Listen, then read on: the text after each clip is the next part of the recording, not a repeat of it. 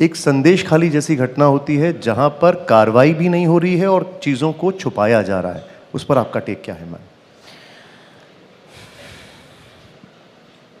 यहाँ पे क्योंकि आपके अंतर्राष्ट्रीय बहुत सारे मेहमान बैठे हैं, मैं उनके सामने अपने देश के आंतरिक विषयों के ऊपर जो तीखापन आप मेरे लहजे में नॉर्मली देखते हैं, I am very mindful of our international guests and that is why I want to just say this. वहाँ जो हुआ, और मैं जानबूझकर हिंदी में ही कहूँगी, वहाँ जो हुआ वो भारतीय तो क्या किसी भी इंसान की सोच के परे है।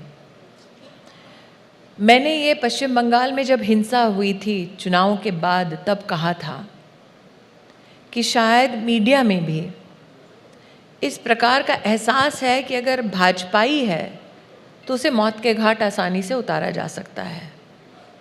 अगर भाजपा की महिला कार्यकर्ता है, उसको उसके घर से उठाकर सामूहिक बलात्कार किया जा सकता है। अगर भाजपा का युवा मोर्चा का कोई कार्यकर्ता है तो उसे गांव में खुले खेत में पेड़ से रस्सी से टांग कर मारा जा सकता है।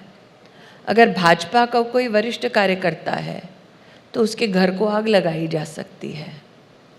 एज दो चूँकि हम भाजपा से हैं इसलिए पश्चिम बंगाल में हमें कोई मौत के घाट उतार दे तो किसी को कोई फ़र्क नहीं पड़ना चाहिए, क्योंकि ये हमारी पॉलिटिकल कॉस्ट है जो हम देते हैं लड़ने के लिए।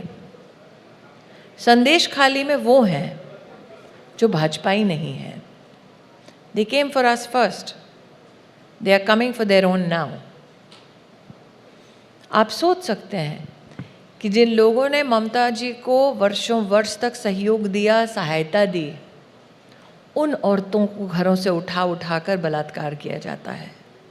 क्या ये कोई सोच सकता था कि ममता बंदोपाध्याय को पता ही नहीं है कि हाउस टू हाउस औरतों को उनकी उम्र, उनके धर्म के आधार पर चिन्हित करके उठाया जा रहा था?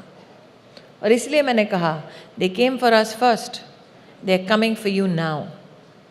और निशान जी, स्तब्ध करने वाली बात यह है, राजनीति अपनी तरफ, कांग्रेस के कार्यकर्ताओं की भी हत्या हुई, कांग्रेस के लोग भी वहाँ जाकर बात करना चाहते हैं, लेकिन वो शहजादे जो अभी भी राजनीति के भूल भुलैया में खुद को खोज रहे हैं, उनके पास इस विषय के लिए एक शब्द नहीं है।